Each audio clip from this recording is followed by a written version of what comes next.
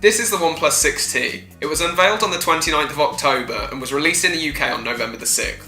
Full disclaimer, those of you that know me will remember that last year my friend Adam Hoskin and I won a competition to work for OnePlus last summer. We helped produce a marketing campaign for OnePlus's flagship phone back then, the OnePlus 5. It was an amazing experience and I got to work with some really intelligent and creative people.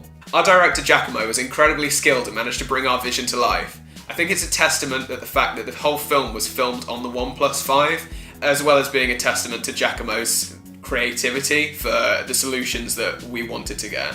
I was actually on holiday with Megan when the video was released, but it was amazing to see the views and the positive comments coming in.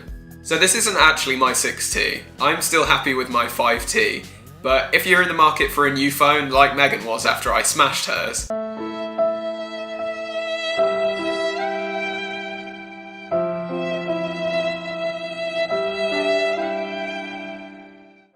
I would highly recommend the 6T. I genuinely believe that the 6T is the best smartphone on the market, both in terms of Android and iOS. Now, I think iPhones are great pieces of hardware, don't get me wrong, but I think Android in combination with the software improvements made by OnePlus really puts the OnePlus 6T far ahead of other smartphones. There are other great Android phones out there. For example, Google's latest offering is the Pixel 3. From the reviews that I've seen, the camera is unbeatable and I honestly don't think that the 6T can match that. Unfortunately, Google keeps its camera software to itself, as well as other things like duplex. Hopefully this will eventually trickle down to OnePlus, but we'll see. So if you do pick the 6T, you are going to lose out on a few things from other phones. First thing you'll notice is the headphone jack. Now, most phones these days are being sold without headphone jacks, so this is probably something you're going to get used to. Either get Bluetooth earphones, headphones, or you can get USB-C earphones.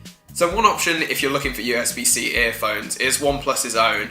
Now, I've tried these out for a bit and the sound quality is good, but they're not the most comfortable, I'll be honest. If you're looking for comfort, I would recommend OnePlus's wireless bullets. So one of the things that OnePlus has managed to pack into this phone is screen unlock, and it's pretty amazing. One thing I have noticed as a result of the screen unlock is double tap to wake. So if you're used to having a OnePlus phone before, you'll know that you can double tap the screen to wake it up. However, if you double tap anywhere near the fingerprint scanner, it's too quick for the fingerprint scanner to pick up, but it doesn't think that you're double tapping, so you don't see your notifications. It's just a little bug, but it can be quite annoying, but I'm sure it can be fixed through a software update. Yes, it has a notch. Now, other phones certainly have bigger notches. Because the notch is quite small, it won't take up that much room if you're watching videos on full screen on YouTube, for example, but it is there. Fortunately, you can disable the notch through software, which I think is something good that OnePlus has included.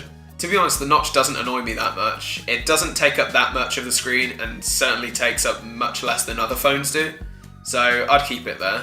So the good thing about OnePlus phones is that the software updates are pretty regular.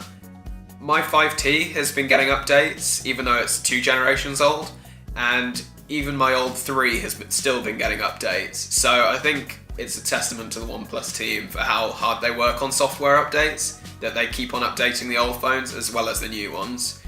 It does slow down over time in terms of the updates that you'll get. The 6T is running Android 9, which is the very latest version of Android. So Android 9, in combination with OnePlus's software improvements, makes this the fastest phone on the market, which is great if you want to do gaming or just general browsing the web.